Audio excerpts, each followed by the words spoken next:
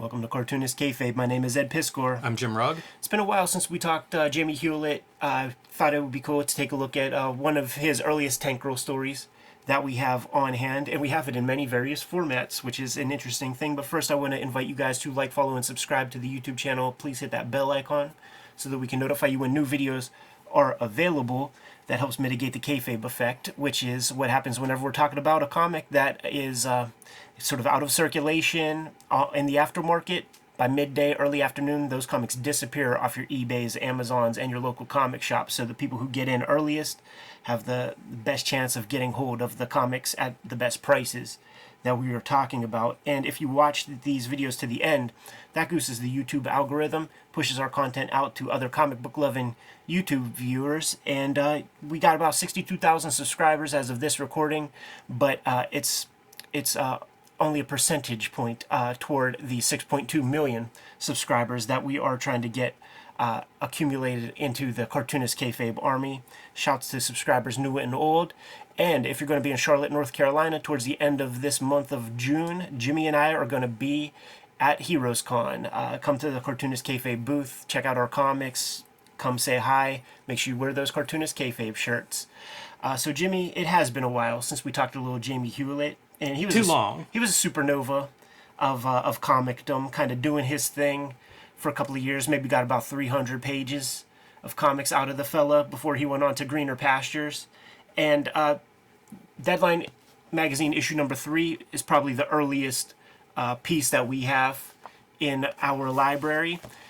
It's one of the most memorable aesthetic Tank Girl pieces, where she's adorning the Jason hockey mask. One of the longer Tank Girl stories, too. Some of these things will be very short. And also, that first year, I didn't realize it, but I think the first year Deadline's all black and white. I always think of his stuff, going on to later issues where, they'll have, 4-page color signature, 4-page black and white signatures back and forth. So you often get to see some color work from him. But these early issues, all black and white. Yeah. And really cool to see. Nice oversized. Striking.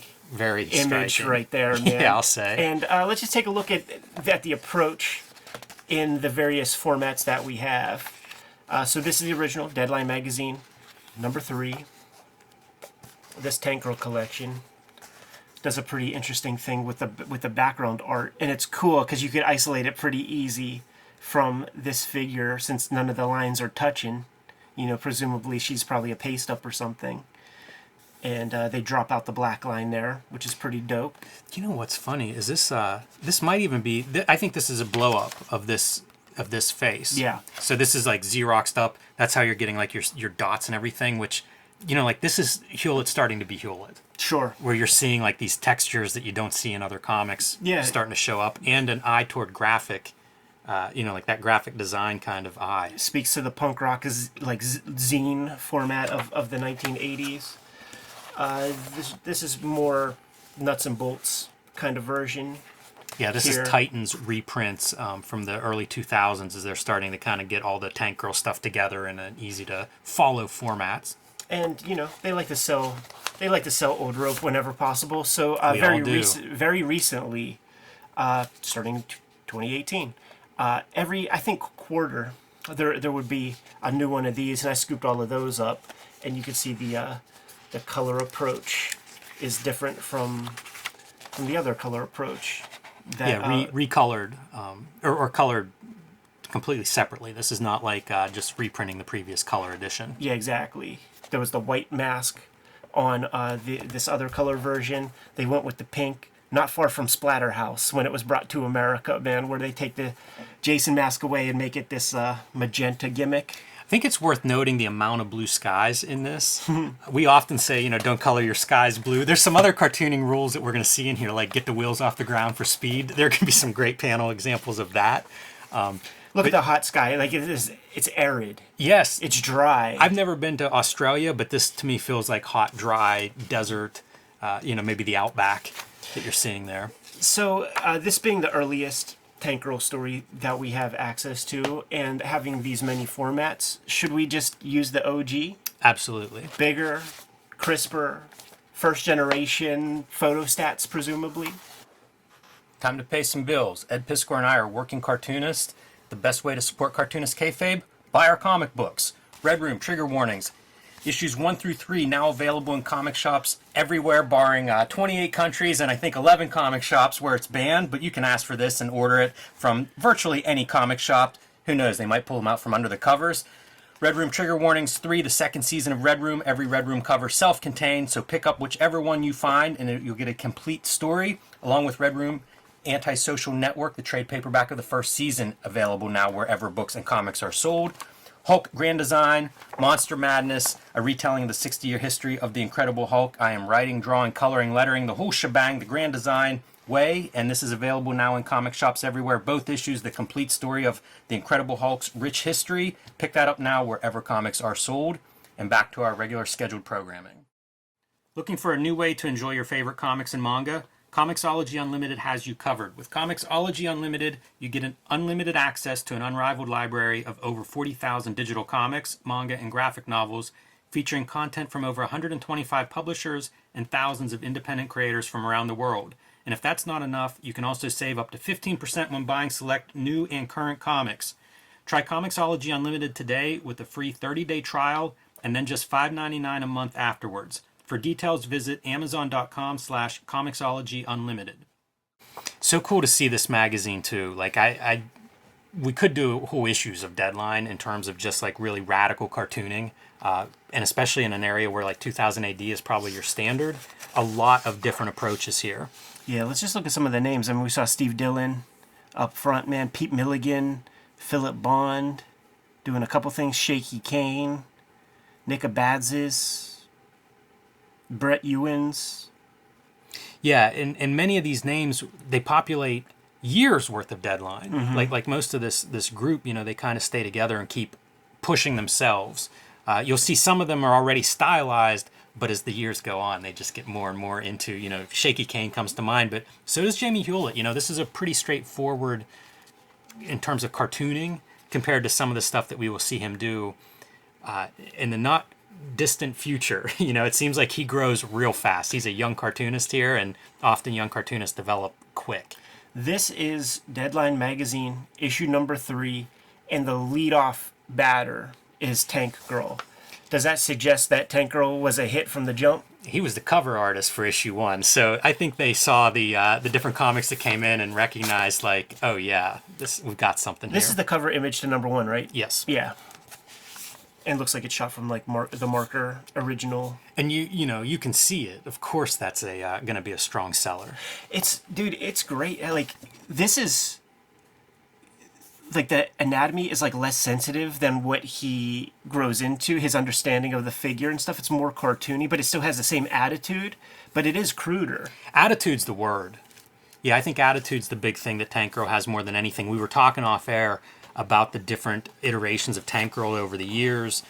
Even, you know, like now I think Alan Martin is primarily the driver of Tank Girl, and you see a lot of different interesting artists teaming up there. Not as effective as Hewlett. And even the stuff that Hewlett does, like with Peter Milligan, where it feels like he's working from a script, not as effective Tank Girl. I feel like Tank Girl is this character more than almost any other comics character I can think of, where you just start with the art. Yeah. Like it's really, she's anarchy, she's chaos, she's punk, she's all these things, and it's embodied in these stories that just kind of like free flow, association from panel to panel, you know, unpredictable. All of these elements are what I think make the best Tank Girl, and you get it in these early adventures where it's just like Hewlett just putting down images and trying to make sense of them the best he can. I do think there's a big stream of consciousness element to it. When there's bits like how I can fit all this in and still find time to wash my hair, I don't know. Like those bits, that's Jaime Hernandez kind of bits. Like that's the best of Love and Rockets whenever they're doing some sort of comic booky adventure, but like having some like slice of life little piece injected into the bigger story. Jaime, I think, is a big and acknowledged influence on Tank Girl. Absolutely. Jaime would end up in Deadline magazine in later issues, and in like I think the Titan collection.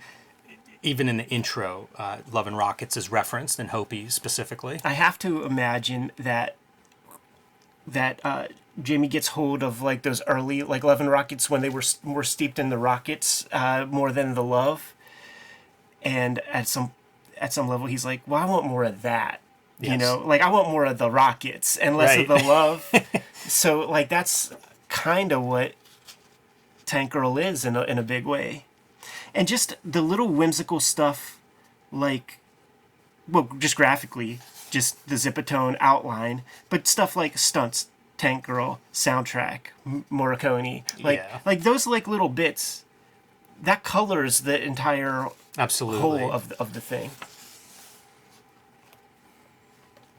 Yeah, it feels very, from this time period, I'm going to say like MTV in terms of just like quick ideas. I think Looney Tunes cartoons, at one point I went down a rabbit hole kind of studying those. They had the same deal where it's like, if we're going to cut to another scene or location, we don't have to walk you through frame by frame how we got there. You guys can do the math. We're just now in a different location or a different time. You know, it's almost visual ideas that you're seeing here. I love that, keeping up with the punk rock aesthetic, like Hewlett has sort of like ran out of Zipatone on his screen, so he's just cutting out little squares and like whatever pieces he could fit in. That's really cool. That could also be a choice to just keep it like crunchy. It's possible. What story is here? It starts out, this guy, there's a bounty on Tank Girl's head, and he's got this plan that he's gonna look like he needs help and wait for her to show up, and then he's gonna get the drop on her. That's abandoned real fast. That guy has no shot whatsoever. Yeah. She shows up and she's just showing off all the different guns that she has and stuff. No opening for this guy to do anything. And one of her guns is a testicle shrinking gun that she just shoots up into the air. Testicle enlarging. Oh, enlarging. Right. Enlarging. Very, very important. Yes. It's a plot point. But yeah, it gives you elephantitis sac.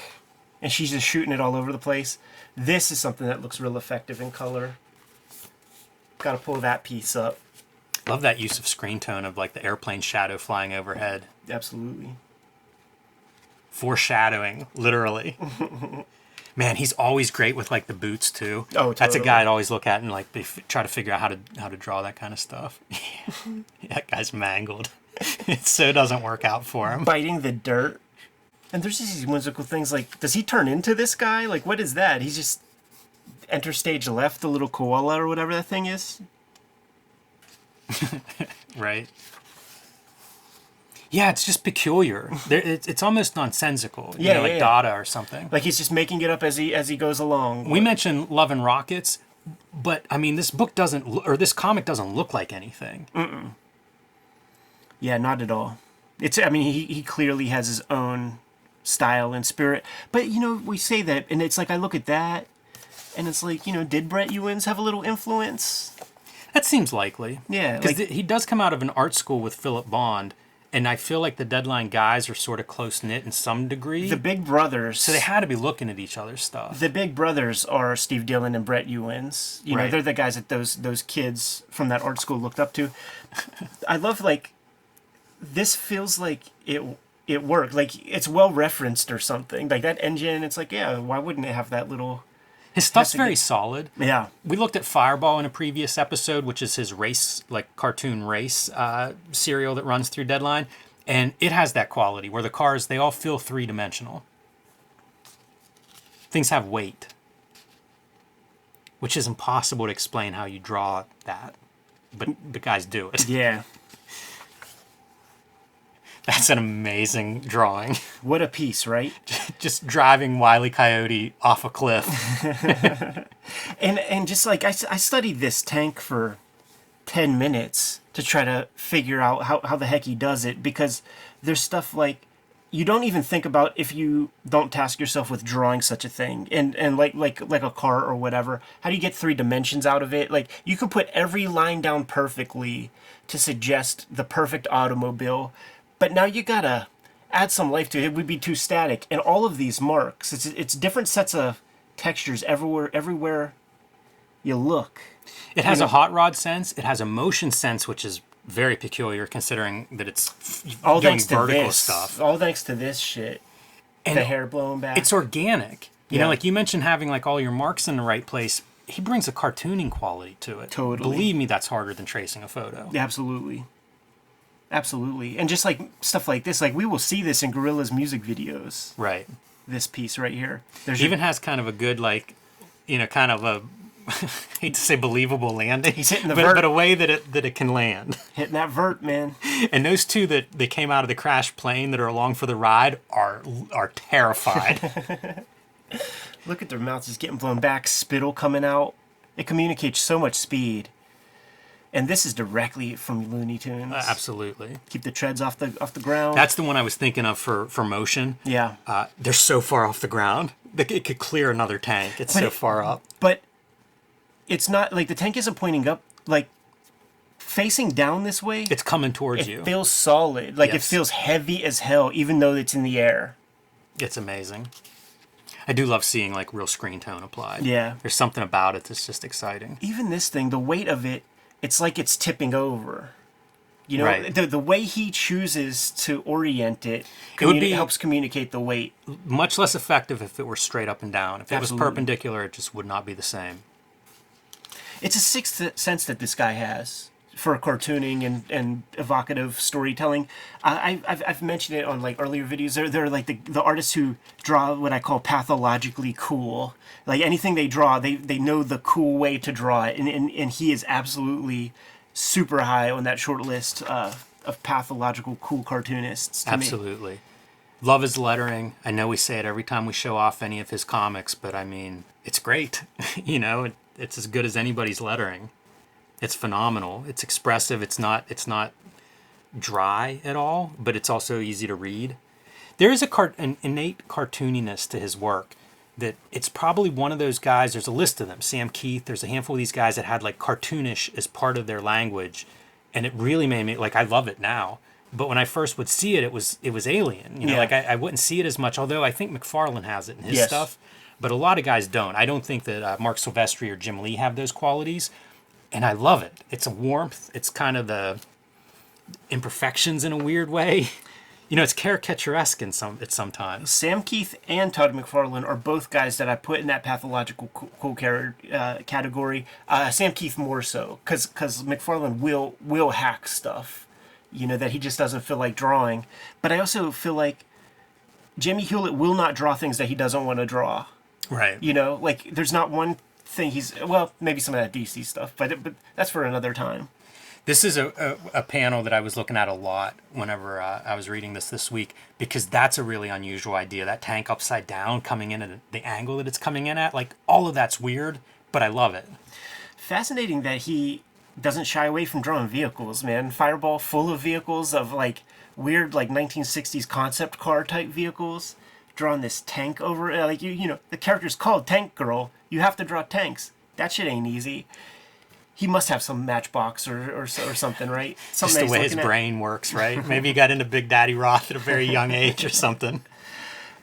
Jimmy, I want to look at more Jaime Hewlett over the years, man, over the months, over the weeks. He evolves a lot. Once they get into color, like one of his next big arcs, I think it's the Summer of Tank Girl, I think is the name of the arc, but it's color and it's like painted and mixed media and all this stuff. So once Deadline gets into color, they of course go to Hewlett. Hey man, you want some color pages? Because of course, and it looks amazing, and it's like this next evolutionary step. Because the other thing that's a short list are the guys who are good in black and white and in color. One last note on this story: it's worth looking at the crowd scene here. This is a Christmas story, by the way. They're crashing into this barn, and that's baby Jesus in the manger that they almost wrecked their 70-ton tank into. But if you look at the characters that are here to celebrate, kangaroos, alligators, I guess they must be native to Australia. Is that an aardvark, I think? Mm-hmm. Some really strange creatures that are making up that crowd scene if you pay attention and give it a closer look. Doesn't it look nearly Sergio Aragonés, some of that? Totally cartoonish. You know, it's that cartoon language. Yeah, man. So I'm going to put it out to the Kayfabe audience. I think in some reprint somewhere, we have almost everything from the Deadline run. I want to know what their favorite stories are in this run, and that would be perhaps the next one that we crack open. Worth, one of the early American editions of Tank Girl, and you talk about like, I don't know if cool is the right word, but it's certainly a presentation of what they're putting out there in terms of how they're packaging their comics. This is probably mid-90s, this collection, so very different than what you're seeing in the typical American comics kind of even headshots of guys. Yeah, man, we saw a soundtrack in the credits of the story. We're looking at photos of these guys. An Adam Ant quote. It's a prelude to Paul Pope, man. It is. Yeah, it is. Good to go? I am. Kayfabers, like, follow, subscribe to the YouTube channel. Hit the bell. We'll notify you when new vids are available. Jimmy, what's out there? Hulk Grand Design Monster and Hulk Grand Design Madness. My Grand Design retelling of the 60-year history of the Incredible Hulk. Writing, drawing, coloring, lettering, doing all that myself. Perfect for the new fan or the longtime Hulk fan in your life. And join me on patreon.com/JimRugg, where you can see more of my comics art and how I make the comics I make. And finally, make sure you stop by our tables at Heroes Con, say hello, check out our art and comics there. And I'm looking forward to getting back to Heroes. So come by and let us know what you're into for Cartoonist Kayfabe. Red Room trigger warnings, issue 1, 2, and 3 on the stands now. 4 presumably may be out anytime now. Murder on the Dark Web for Fun and Profit is the name of the game in Red Room Comics. Banned in 28 countries, banned in 11 comic shops, but you can order these comics directly from the publisher. In that case, go to my link tree in the description below this video. You'll find the link to the Fantagraphics website to order and pre-order. You could also hit up my Patreon to read the comics right this very minute. There's an archive of more than 200 pages, and you can get access to that for the price of $3. Jimmy, what else do we have out there? Subscribe to the Cartoonist Kayfabe newsletter at the links below this video. You can also find Cartoonist Kayfabe t-shirts and merchandise at the links below this video. That's another great way to support the Cartoonist Kayfabe channel, and I want to see those Kayfabe shirts down at Heroes Con. Jimmy giving those marching orders will be on the way. Read more comics.